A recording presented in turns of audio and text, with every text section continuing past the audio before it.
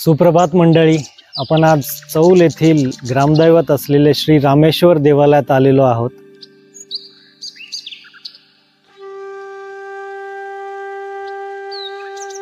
अलिबाग तालुक्यात असलेले हे शंकर महादेवांचे स्थान अंदाजे 300-350 वर्ष जुने आहे।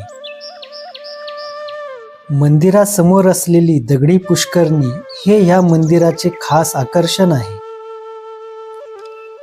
अग्नी, वायू आणि पर्जन्य कुंड अशी वास्तुरचना आणि मराठी साम्राज्याचा ऐतिहासिक वारसा असलेले हे रामेश्वर मंदिर। या मंदिराची एक्झॅक्ट स्थापना केव्हा झाली याची इतिहासात नोंद नाही, परंतु या मंदिराचा जीर्णोद्धार 8 ऑक्टोबर 1741 रोजी श्रीनिवास बाबा दीक्षित यांनी विजयादशमीच्या दिवशी केला। माझ्या पाठीमागे तुम्ही आता बघू शकत असाल, हे रामेश्वर मंदिराच्या समोर असलेली पुष्करणी किंवा पाण्याचा एक मोठा हौद तुम्ही म्हणू शकता। तुम्ही जर सकाळच्या वेळेस जर ह्या रामेश्वर मंदिराला भेट दिली तर तुम्हाला इथली जी पॉझिटिव्ह एनर्जी ही खरंच फील करता येईल।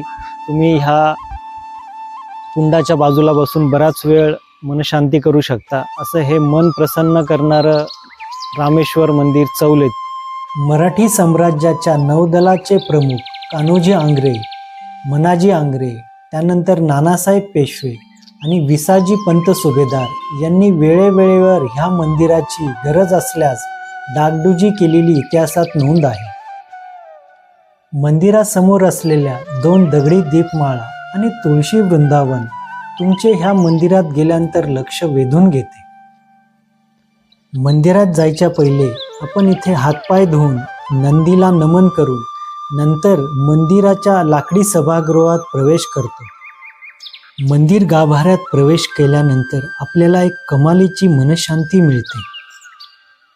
मंदिराच्या गर्भगृहात पितळी पत्र्याने मढवलेली शाळुंका आणि मध्यभागी स्वयंभू असे शिवलिंग आहे।